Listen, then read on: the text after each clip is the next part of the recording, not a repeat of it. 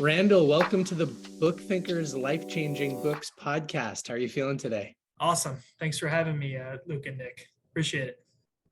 Yeah, we're excited to jump in. So right off the bat, why don't you introduce yourself to the Book Thinkers family? Why don't you tell everybody a little bit about who you are and why you pay attention to this book that you just wrote? So Randall Haug, I live in Central Arkansas. I'm 29 years old. I'm married with two kids, and I am actually a sales manager. And one of the things that I feel like I love developing people. And one thing that my generation typically gets a bad rap about is they are extremely selfish and only worried about themselves. And so what I decided to do for a lot of the millennials and people, coming straight out of college and going into the workforce was kind of write a guide on how to be more successful and really create life-changing relationships with your customers, your peers, and whatnot. So I loved your book. The biggest thing that I honestly the thing that I loved most about it was just such an easy read. It was nice, short, concise, and to the point. Perfect. And man, I love when books can do that. Like, you did a great job at getting clarity on a lot of things, which I feel like, sometimes there's a lot of books that I read that are just like rambling. So it's like, okay, get to the point, get to the point, get to the point, get to the point. Yeah. You just I feel like right off the bat, you were just there. You just got to the point, which I love. So I'm going to do that too and just get kind of right to the point. Yeah. In the first chapter, I love the idea of servant leadership. It's something that I'm trying to cultivate in my life a little bit more. It's something I kind of grew up with a little bit too, but I haven't done a great job at it throughout my life. And I loved your take on it. But if you don't mind, maybe you can describe what servant leadership is to you, how you think about it, and just describe that to our listeners. Yeah, absolutely. And thank you. When I was writing this book, I was going for, short and straight to the point. So many people can get stuck in writing a 300 or 400 page book, and you can truly deliver a powerful message without writing 400 pages. I mean, you guys read a ton. Try to read every single morning, try to break that mental sweat just like I do on the others. But a 300 or 400 page book can get, kind of deceiving, right? It's almost like, I don't even know if I want to start it. But servant leadership to me, if you take a step back, right? Take a step back and think about how you can be of service to your team, right? Be available, be able to get in the trenches with them, show them how to do the job, right? Be there for them every single step of the way, give them guidance. And sometimes, right, a boss tells you what to do, a leader jumps in and shows you how to do it, right? I love Jeff's take on it, because a true, servant leader doesn't tell their team or guide them down a path of somewhere they haven't been before, right? So getting in there and showing them how to do it and being available is the best way. Yeah, and I agree with that. I loved your story about it. Jeff Ward was his name, correct? Yes, sir. Yeah. What a great guy. He seemed to be he played a pretty pivotal part in your journey. I would love to, he was your coach and then he was your boss. Maybe you can share a little bit about that story and how that happened and how that evolved over time. That'd be great. Yeah. So he's actually my boss now as well. Awesome. Yeah. No, that's been wonderful. But no, he was my baseball coach growing up. And then as I was, becoming a teenager, driving, having to have a job and whatnot, he owned the two branches of the previous, which is now a national company. He owned the two locations and whatnot. So I knew that I had an opportunity there to really, create a lot more experience for myself, right? To really invest in myself there, learn a ton from somebody who is, taken over, right, Arkansas and whatnot. And so getting into that was one of the best moves I ever made. And we always made jokes in baseball about how, hey, I'd love for you to drop off a resume and whatnot. He would never do it, right? So I had to go to him. I went to him one day, and that's what he was waiting on. He was waiting on me to take the step, right? Because you have to, the world is yours, but you have to get out there and take it, right? It's not going to come to you. It's not going to come to those that are sitting there waiting on it. Yeah. I love that. And is that something it seems like from a young age, you had a pretty good idea of those things. Do you think it's because of those people in your life like Jeff? And maybe I can't remember exactly, but I feel like you talked a little bit about your parents too. But I know in the introduction you talk about you're the average of the 7 people that you hang out around the most, right? So I loved, do you, if I don't know if, let me see the quote, because the quote is really great.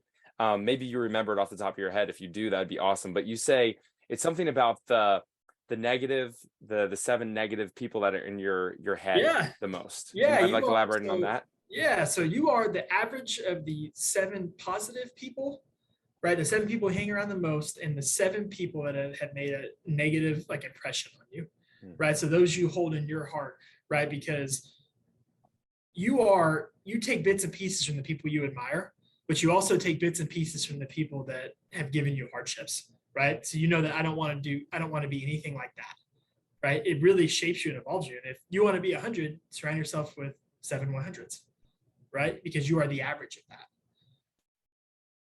Yeah, and I totally agree with you. It's something that I've worked really hard on in the last couple of years. It's just changing the room I'm in and the people that I hang around, because I've realized through a lot of pain that hanging out around people that are a little bit more small-minded and don't have the same goals and aspirations as me are also people that contribute to holding me back. And something that was like that hit me like really hard when you said the 7 negative people that are in your mind. So like you were saying that not even just the people that you hang around, but the people that you think about. And that was like this big like wake up for me, because like, oh man, I've removed myself a little bit from those smaller minded people, but they still take up some space in my brain, which is crazy to think about. And I'm wondering, do you have any advice for people like me that are struggling with getting these negative people out of your head? Do you have any advice around that? I would love to hear it. Let it go. And that's hard, right? Because as long as you're thinking about them every single day, even if it's not even if it's not every single day, it's once a week, twice a week, they are winning. Let it go. If they occupy space in your mind, they've got a grasp on you somehow, right? And that's hard, because I find myself struggling with that at times, right? But there are those people that, like you said, short-minded. That was very well put, right? Because they are just out for the short-term gain, about themselves, right? They are there trying their hardest to occupy that space, right? They won when they're occupying that space in your mind, and that you're holding on to that piece of it. You can't reach your highest potential. Let it go. Move on. Let it go, man. It's hard. Only it's such a difficult thing for sure. But anyway, I'm going to pass the baton over to Nick, because I've been hogging this a little bit. Well, I'm curious. I mean, this is probably the first time we've had 3 29-year-olds in the room chatting it up. There you go. 29, right? Yeah. Trick question. I knew Luke was 29. So 29 is an interesting age, because I feel like right now the differences between my friends at the age 21, 22, coming out of college, the difference between those friends is that gap is widening between the people who are focused on personal development and the people who are stuck in that kind of like college party, I'm going to just clock in and clock out and then go have fun type of mentality. The type that wants to build a family versus the type that just wants to have a good time. So I'm curious, how do you let it go? Like, if there are people in your life that are having a negative impact on you and they're not supporting the direction that you're going, how do you let it go? How do you get rid of these people in a cordial way? Great question, right? And when you think about your well-being and your why, almost, right? Like who you have to be day in and day out to help you accomplish your goals, help your family accomplish those goals. You can't let others drag you down. Right. And that's hard. I mean, I know all 3 of us right now, like nobody's perfect. Right. But you have to get in that mindset to throw it into 5th or 6th gear and go all out and be the person that you've got to be for others. Right. Yeah. And it's hard. I think so. It is hard. Yeah. I was just, just further elaborating on that, your book is called It's Not About Me. And it's so interesting, because I feel like what you're saying now is almost like you have to work on yourself a little bit to be able to serve others. And I think that's something that I don't know, just in general, we have a hard time with almost coming to grips with how much do I work on myself versus how much do I help others. And I'm wondering, do you think if there's a balance to that, or do you think like, hey, you have to kind of like the airplane thing, like put on your mask and then you can put on other people's masks? Like, what's your viewpoint on like doing the work on yourself? Yeah, no, I love that. And that is something that I've had a lot of success with here lately through advice of others and whatnot, because if you don't take care of yourself, you can't take care of others.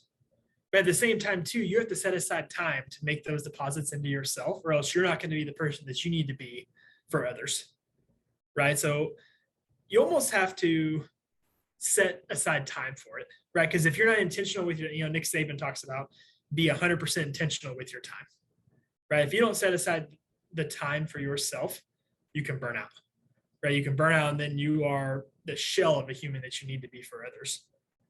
But if you don't set aside that time for yourself to put the deposits in, get rest, right? Turn it all off. You are not the leader that you have to be for the people that are counting on you day in and day out. Well, you mentioned setting aside time every day for reading and that mental strength. So how long have you been a reader? Is that something that you enjoyed when you were a younger guy? So like when I was in college and right when I got out of college, absolutely not. Absolutely not. But what I do, I wake up before the world wakes up. So like my family typically gets up around 6:30.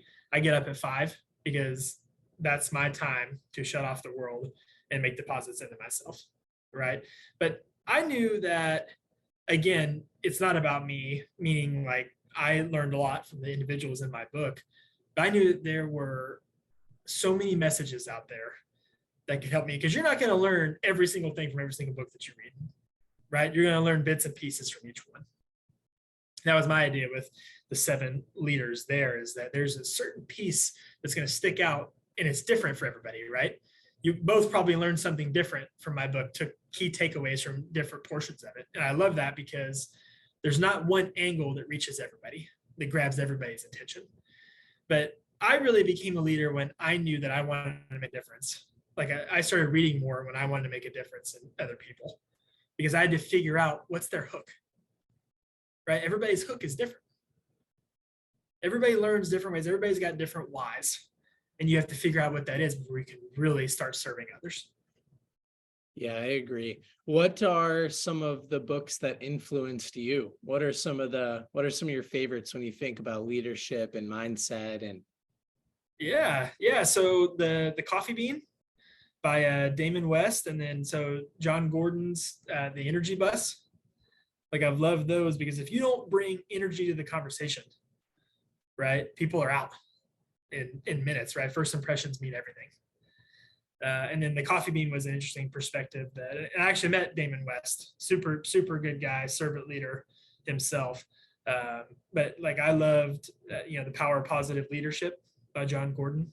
I love that because people will follow or unfollow you within minutes. And if they can tell that you're a positive person, they will follow you forever. I like that. Follow you. What about you? Well, the first books that I read were Rich Dad, Poor Dad by Robert Kiyosaki. Yeah. The Total Money Makeover by Dave Ramsey, and The Richest Man in Babylon by George S. Clason. So when I started my journey, I was really insecure around money. And so those books deal with personal finance and financial literacy. And so that's kind of how I got my start. But then I moved into the personal development space, The 7 Habits of Highly Effective People, and books like that. So that was kind of my quick transition. Luke, you want to share some of your first reads? Yeah, I mean, you mentioned the why, right? I used to own a coffee shop, and I got into books. It's probably been like six or 7 years now, but I got into books like literally out of necessity because I just didn't know what I was doing. And I was like, okay, I'm going to start reading books. Nick was sharing about books, and I followed him on Instagram, and he was sharing all this stuff about books. So I was like, all right, well, maybe there's something to this book thing. Let me read some books. I started with a really simple one, and that book was pretty instrumental in just opening my mind to new perspectives, because up until that point, like I just didn't have, I don't know, I just didn't have the capacity for different perspectives. And I just thought the world was very black and white and this is how it is, or this is how it isn't.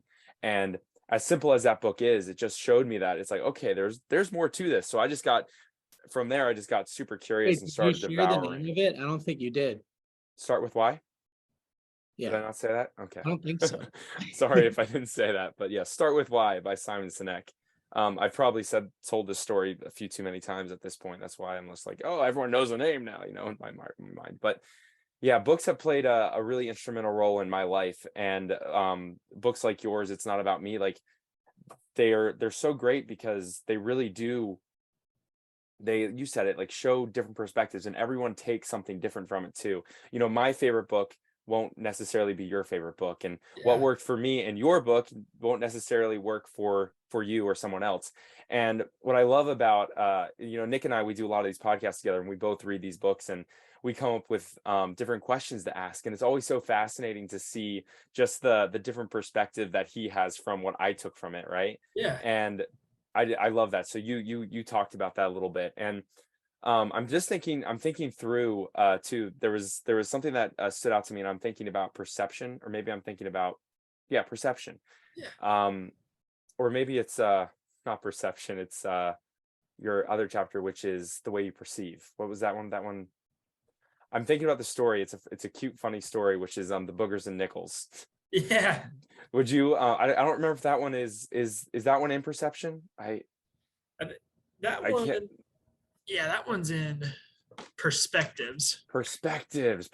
Yeah, I'm sorry. With Doug Voss. Perspectives. Yes. That was so amazing. So if you do you mind like sharing a little bit about that story? Yeah. So he talks about like what the message he rolls through with his sons every single morning, right? About taking the good for the good and the bad for the bad and whatnot. Mm-hmm. And he had such an interesting way about, because he was one of my college teachers. I actually speak to one of his classes, a couple of his classes every single semester. I enjoy speaking at those every single time, just getting to meet those young students that are hungry to learn and eager to make a difference and whatnot. But his deal there was everything that comes to you, everybody's got a different perspective on it, right? And there's a positive and negative connotation about it. But when you go into it with an "it's not about me" mindset, that's how you can really find, you know, people's thought processes with it, right? And so again, like you said, different perspectives and whatnot are everything, right? Because everybody's got a different thought process and perspective about everything. And it's when you're able to tap into that you can really, you know, relate with people on those things. What's been a perspective in your life that that you had to really like change, that changed the way you thought about things? Like, is there any like one big perspective change that you've had throughout your life? Oh man. Let me piggyback on that, because you said you were not a reader in college and coming out of college, but you were. So what's the big difference? I would say for me, and this is kind of where that perspective comes in, is when you stop worrying about your own success and you start waking up every single day trying to help others be successful, making a positive impact, making a difference in their lives, your success will take care of itself on the back end, right? And that was something that for me, like early on, it was, how can I make the most money possible? Like, what can I do?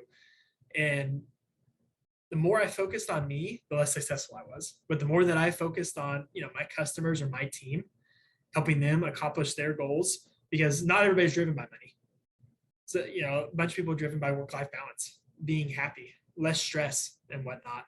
When I was able to take on my team's tasks that were bogging them down the most, help them come out of that, they worked harder for me every single day, which indirectly made me more successful, right? So I would say that was a perspective for me. It was not necessarily just working hard, but working hard for others, right? Because you have to be able to motivate at 3 levels. You got to be able to influence up, influence the people at your level and then influence people below. When you're able to successfully influence all three of those levels, there's no ceiling to your success.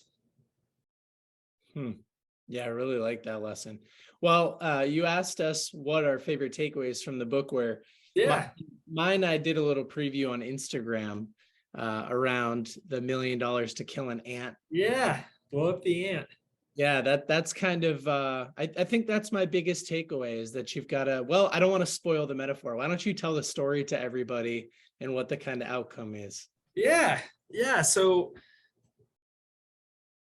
Gilberto's coach asked you, how do you kill the ant? If I was to give you $1 million, how would you do it? Right. And his takeaway was, I would go to the bank, take $200,000 out, buy a nuclear bomb, and blow the ant up. Because then you have absolutely no doubt in your mind that the task is accomplished. Right. And then you net $800,000.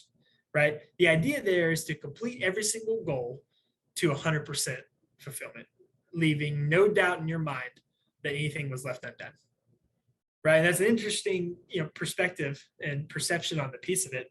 But that story right there grabbed me because Gilberto, right, he's a wealth management advisor for Northwestern Mutual, and he always tracked, right, not by the dollars that he made, but how many lives he had an impact on, lives that he influenced. And I love that, because that right there is a life that's not about me, right? How many people can I make a positive impact on in a day, in a month, in a year, right? You think about the impact that what you do has. You're getting more and more viewers and followers every single day, right? It's creating more and more impact out there. And I love that. Yeah. I mean, imagine if the entire world had that mindset of impact. I know that it took me a while to find it. When I was coming out of college, just like you shared about yourself, it was money, money, money.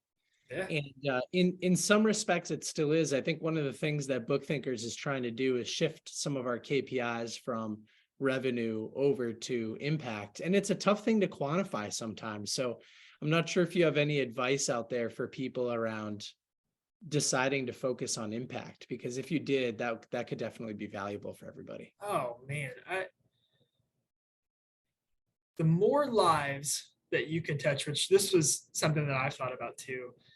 If you have the opportunity to make a difference in someone's life, take it and don't look back, no matter what the repercussions are for yourself, right?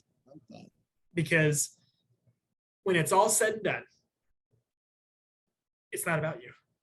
It's about how many people you can influence at the end of your life, right?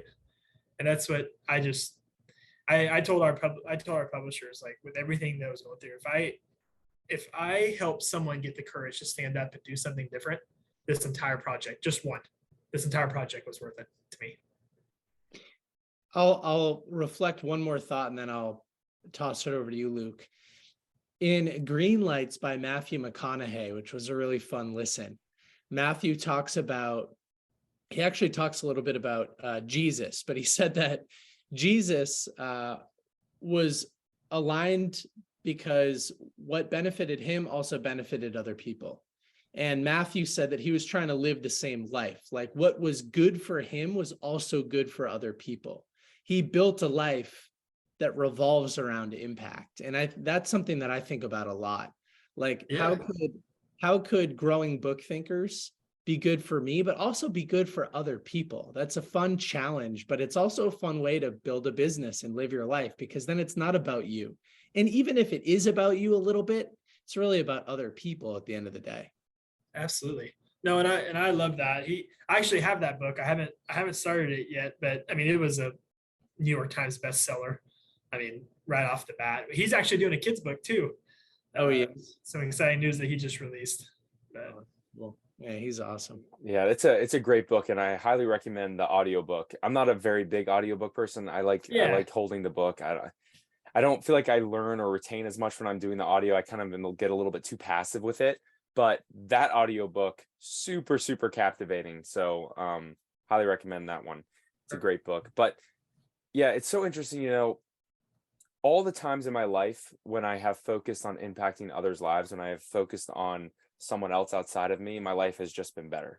Yeah. And it's crazy, but I can honestly say that. Like, I spoke a little bit about, I used to own a coffee shop, and I talk about that a little bit too often maybe on the podcast, but I used to own a coffee shop, and like I struggled for a long time, and eventually I just got to realize that I have to make this so focused on serving everyone else that it can't be about what's going on in my life and everything, all the problems and all this stuff. And as soon as I did that, it really, like, things just started to change. So I think that if most people could start to focus on that, and then also, like, I think too, the, like Nick was talking about, which is it's really hard to find that KPI for lives impacted.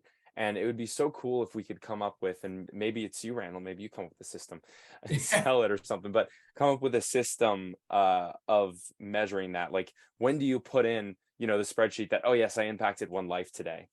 And I think, like, that's like the big struggle with us a lot of times, like, we're not really sure. We don't really see that. Now, it took me until I closed my coffee shop down during COVID, or just like at the end of COVID. And I'm going to get a little emotional here, but I just got afterwards, like, I didn't realize the impact I was having. I was trying to have an impact, but I didn't really realize the impact I was having. So after I closed down, I got hundreds of letters that were thanking me for the service. Thank you. Like, what a difference the coffee made in their daily lives. And like, that still to this day, I have my drawer by my desk full. When I'm having a rough day, I just pull that out and like just read through the letters, because there's nothing like it. There's nothing like it. So anyway, sorry about that little that little ramble, but kind of tying it back around, Nick was talking about his favorite takeaway from your book, and what I loved about your book so much, it was like the value was right there, right at the beginning, because I know we already talked about it, but I loved that, and I just pulled it up here because I wanted to know exactly what it said. But people are the average of the 7 positive and the 7 negative people that have made a lasting impression on them throughout their lives. Yeah. And I had to literally sit back, like I put the book down, and I was like, I have to reflect on this for a while. So that was a huge takeaway for me, and it was like right in the introduction. So very cool that you delivered that right off the bat. And you can mark on your if you have the spreadsheet, you can mark that you impacted my life right there. So yeah, you got it. I appreciate it. Anyway, we can maybe bring it a little bit back to the book a little bit. Leading making it not about yourself and making it about others, like, requires a lot of sacrifice, and you have a chapter in there about sacrifice that I really loved. I would love you to maybe just expound a little bit on that, what sacrifice means. You talk about with yourself having to get up a little bit earlier than the average person. Maybe the sacrifice is sleep a little bit, or I would just love to hear your thoughts around it. No, and I would say sacrifice goes hand in hand with servant leaders, because we all have things that we have to do, right? And you can wake up every single day dreading getting out of bed, worrying about that list of things that will never end, right? Like, you accomplish one thing and 2 more get added onto it.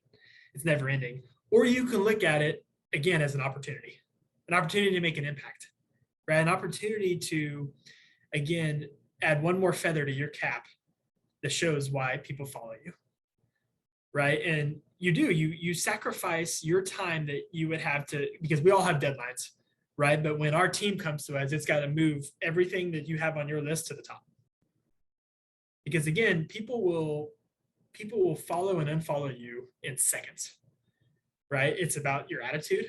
It's about willingness to complete in full what people are asking you to help them with, right? And there's a fine line there, though, too. And I want to jump back into the 7 positive and 7 negative, right? Because we just got done talking about let it go, right? But you're almost having to hold on to the 7 people that made a negative impression on there, so you can learn how to not be like them, right? But at the same time, you have to be willing to let go the hardship that they gave you, and there's sacrifice that comes into that. I don't know. I don't know if that answers your question or what. Yeah, absolutely. And I think, like you just said, sacrifice comes in a lot of different ways and a lot of different colors. And it's just such an important part of leadership that I feel like a lot of leaders today just aren't willing to do, because they're willing to sacrifice a lot. I mean, I'm noticing just in the world, like they're willing to sacrifice a lot of employees for their own pockets, but they're not willing to make any sacrifices themselves, which is a really sad reality that we're living in right now. So we need more people like you that are coming up and telling people, whoa, this is not the way we do things. This is not how we should do it for the long term. Yeah.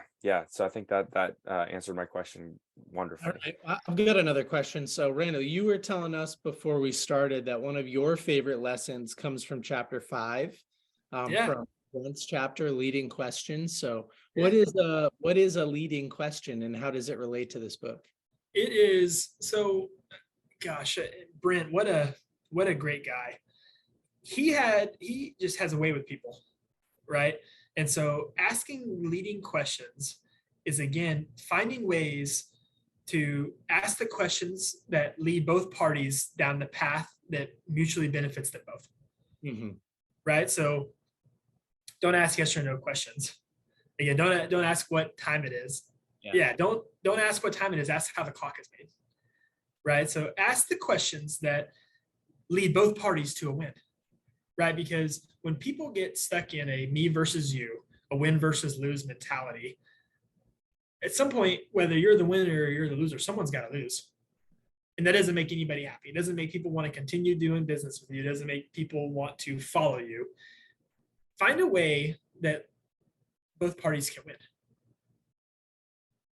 win. Asking leading questions is by far one of the most impactful lessons that I've ever had, because you can make a connection with that person. Right? Yeah. And it sort of ties into your leading at 3 levels. Like, you've got to be able to ask questions up the chain. You've got to be able to ask the right questions to your peers. And you also have to ask the right questions of the people that you're serving. Absolutely. Yeah. And I think like so many people have, struggle. I know I do. Like, I'm still working on this for sure, but they struggle with what do we call it? Active listening. And like really listening to not just like trying to listen to answer, but like really like sitting here and listening to what you're saying and then asking questions, following up with that. So do you have any, I know in the book you had an acronym, LISTEN, and I don't remember exactly what it stood for, but it was really good. But do you have any other tips around listening and asking better questions, or do you have any resources that you use personally to help cultivate more better questions in your life? Yeah, so listen, extremely impactful, right? So I mailed a copy of my book to one of my English teachers, and he loved that. He thought that teachers across the United States could really benefit from that, right? But for me, active listening, and I love that you both brought that up, because that is so crucial in being a good leader. Because if you're spending the majority of the time talking, it's physically impossible to listen, right?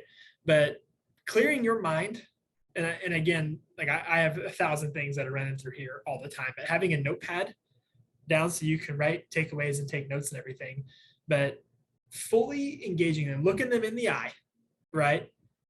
Being in the moment with them, clear your mind and be 100% with that person allows you to absorb everything. Active listening, not like you said, not only enables you to answer the questions, but it allows you to absorb, right? And there's so much that goes into active listening, right? There's looking at people's composure, looking at, feeling the temperature of the room, being able to de-escalate a hot situation effectively, not necessarily quickly, but effectively, and bringing people's concerns down is part of that as well. Yeah, I know that for a long time I struggled with active listening from a leadership perspective, I'm sure, but also on this podcast. I mean, I would generate a list of questions from a book and I would stick to them. So you'd answer a question, and maybe that would even create some curiosity if I had been listening for a follow-up question. But instead, I'm thinking about how to word the next question, and I would have these abrupt, okay, on to the next question type of things. And so part of what we've tried to do with this podcast is make it more human. I'm listening to you. If I'm curious about something, I can ask a follow-up question, or I could tell a story like this that helps hammer home a point about active listening instead of just saying, okay, so in chapter 6 mistakes, you know what I mean? Yeah. That's been, I think that our audience has enjoyed that change as well. Absolutely. And you have to be able to switch gears like that, right? Because when you've hit a gold mine, you want to dive in deeper. Not just like you said, Visa, okay, Nick, let's move on to the next one here. People don't want that. Yeah, God gave us 2 ears and 1 mouth for a reason, right? Exactly. In that ratio. Yeah. So I'm curious, reading your book, getting to know you a little bit, what are some of the biggest struggles that you've had when it comes to leadership? Like what are your Achilles heels? Like what are the things that you on a daily basis are like, okay, this piece is hard for me? I would say early on, and this can tie into a lot of people, but when people get stressed, right? When people get stressed, they tend to dive back into the person they were before. Right? So they've laid out this plan of how they're going to accomplish all their goals. They're going to meet all these deadlines, but then, something out of the blue that you can't plan for happens. Right? And then you're stressed. You're not following any of your guidelines. You're not following up on phone calls. You're not calling people back and whatnot. For me, like I knew that if I was going to be true to myself, I had to roll with the punches. Right. And staying organized goes right along with that. Right. Setting aside time, blocking out the time to, meet these deadlines. If it didn't get done today, it's got to be done tomorrow. But when does it have to be done? Right. Set aside the time to do that. Block out time. Be intentional with it. But no, I would say one thing for everybody really is being able to understand how to calm yourself down whenever you're stressed, right? Take a step back, calm yourself down, get back into that war chest, hammer things out, right? Yeah, we've talked a little bit about how your book is different, a little bit about why you wrote it. Who do you think the target reader is for your book when you envision the ideal customer for this information? Yeah. So for me, I would say my target audience is really like the younger crowd, right? So I would say my target audience, and not necessarily even the younger crowd, but people coming right out of college, people that are leading over others, people who have the ability to make an impact on people, right? So I mean that could be teachers that are early on in their career, people that are early into their corporate world, people that don't have a lot of experience managing people, right? People that are looking for that next opportunity but aren't exactly sure how to get there. That would be what my target audience would be. Yeah, I think that makes sense. If you could go back to that age, that recent college graduate age where you weren't a reader, do you think this book would be appealing to you? And I don't ask that question in an attacking way. I ask it because I know I wasn't a reader at that age, and it would be hard to convince me to read a book. So I'm curious, do you think you would read this book when you were coming out of college? I would say yes, for the simple reason that it's not a long read. Yeah, that's a good point. Right. So I mean, yeah, you're talking about 90 to 100 pages. I think that's like like I said at the beginning, it's like one of the biggest strengths of this book is just it's straight to the point. And I really love that when books they don't have to beat around the bush. They're just like, here's the information. This is what you need to know. That's it.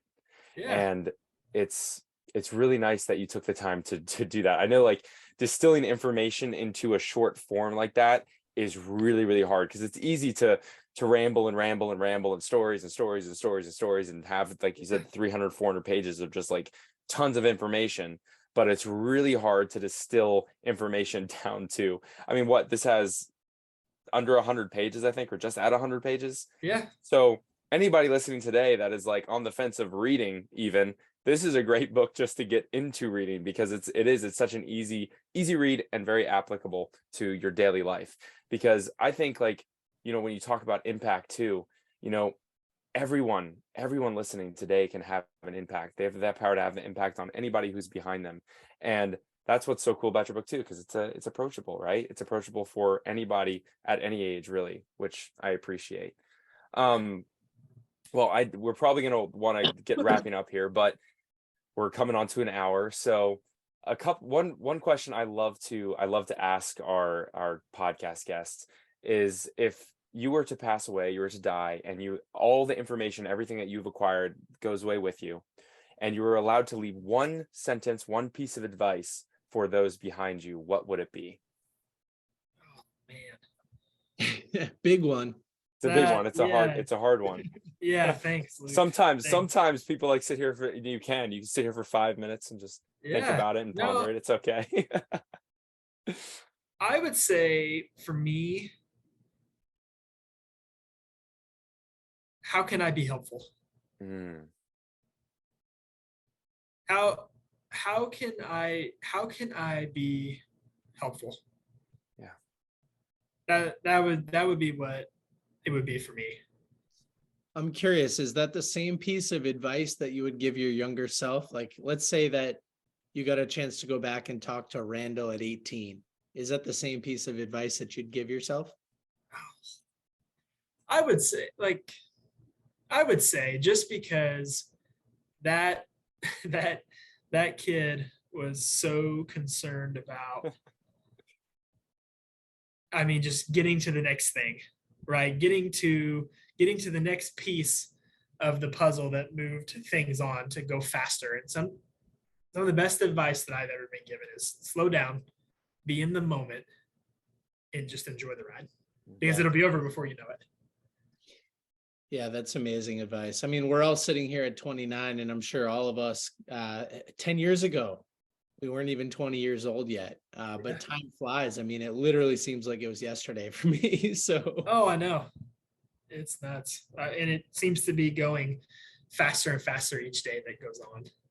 Yeah, well, you and Luke both have kids. So yeah, I'm sure that accelerates the clock even faster. For me, yeah. It is the hardest job you will ever love, as my wife says. Oh, I love that. It's the hardest job you will ever love. Ain't that the truth? That's a good one. It's from you. Said your wife says that? Yeah, she says that. She says that every morning before we wake them up. She's like, it's the hardest job we'll ever love, right? You got that right, honey. Yeah. What's next for you, Randall? Are you going to write another book? Do you want to get on more stages to speak about this? What's going on with you?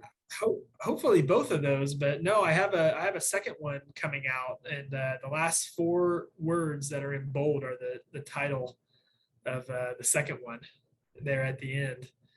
Let there be light. And I don't want to jump into that too much. We'll have to do it on the next podcast.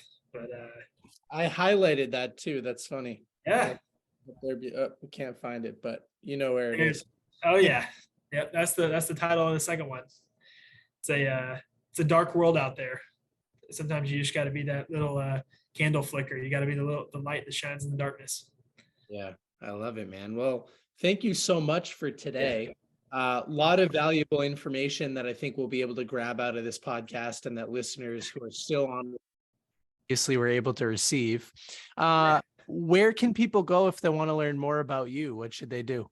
Yeah, so there's my Amazon bio on Amazon, and then my website at www.randallhaug.com. Okay. Reach out, send me an email, ask me a question. Let's get connected.